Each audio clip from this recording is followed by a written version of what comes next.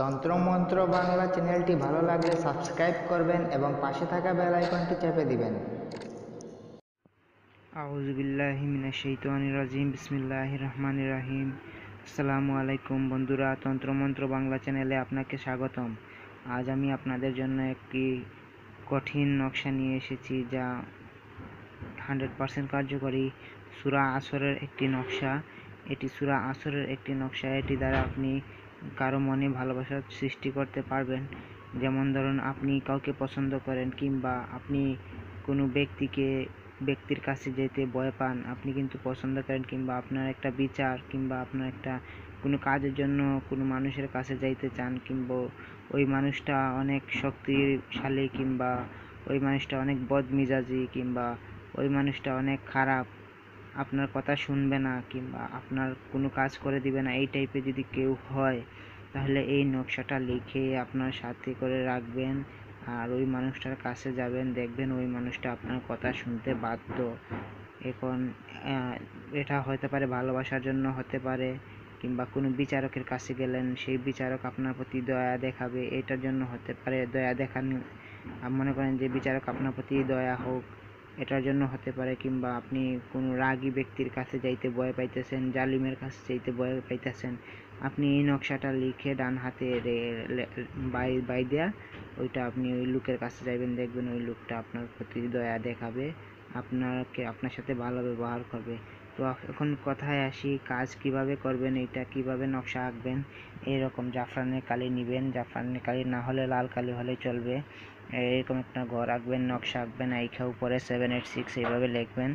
লেখার পর জাফরানের কালি থাকলে জাফরানের কালি দ্বারা লিখবেন। পাক পবিত্র অবস্থায় অজু করে নেবেন, অজু করে এই নকশাটি আঁকবেন। এটা হচ্ছে গিয়ে সূরা আসরের একটি নকশা। এই দেখুন, সূরা আসরের একটি নকশা। তো আমি আপনাকে সরাসরি দেখালাম।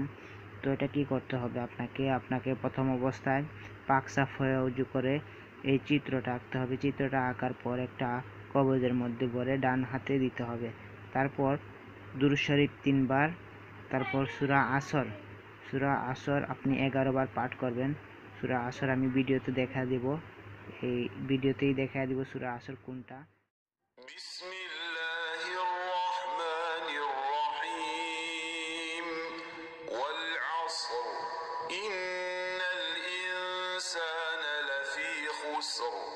إلا الذين آمنوا وعملوا الصالحات وتواصوا بالحق وتواصوا بالصبر। অনেকে হয়তো জানে না, তাদের জন্য সূরা আসর পাঠ করার পর আবার 3 বার দুরূদ শরীফ পাঠ করবেন। দুরূদে ইব্রাহিম পাঠ করলে সবচাইতে ভালো হয়। তারপর আপনি ওই ব্যক্তির কাছে যাবেন, তাবিজটা ডান হাতে বাঁধবেন, মেয়েরা হলে বাম হাতে বাঁধবেন, আর নিয়ম কানুনগুলো সব ঠিক আছে। সূরা আসর 11 বার পাঠ করবেন, আগে ও পিছনে 3 বার করে দুরূদ শরীফ পাঠ করবেন, আর চিত্রটা আগে লিখে নেবেন। পাক পবিত্র অবস্থায় লিখবেন। জাফরানের কালি দ্বারা হলে ভালো হয়, জাফরানের কালি না থাকলে লাল কলম দিয়ে লিখবেন। লাল কলম দিয়ে লিখে ঠিক শুধু এতটুকুই লিখবেন, এর বেশি কিছু লিখবেন না। এতটুকু লিখে একটা কবজের মধ্যে ভরে ওইটা আপনি ডান হাতে পড়ে ওই মানুষটার কাছে যাবেন। আপনি যা বলবেন সে তাই শুনতে বাধ্য হবে।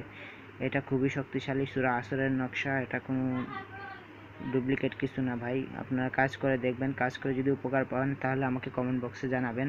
আর আমাকে দিয়ে কোনো কাজ করাতে চাইলে আমার সাথে যোগাযোগ করতে পারেন। আর যদি আপনাদের কোনো পরামর্শ থাকে আমার চ্যানেলে কমেন্টে জানাতে পারেন। আমার চ্যানেল তন্ত্রমন্ত্র বাংলা আপনারা অবশ্যই সাবস্ক্রাইব করবেন, আর ভিডিওতে অবশ্যই লাইক দিবেন, কমেন্ট করবেন, শেয়ার করবেন। আমার সাথে যোগাযোগ করতে চাইলে এই নম্বরে ফোন দিবেন 01644121754। তো বন্ধুরা, আজকের মতো পর্যন্তই, আর বেশি কথা বললাম না। আল্লাহ হাফেজ, ভালো থাকবেন।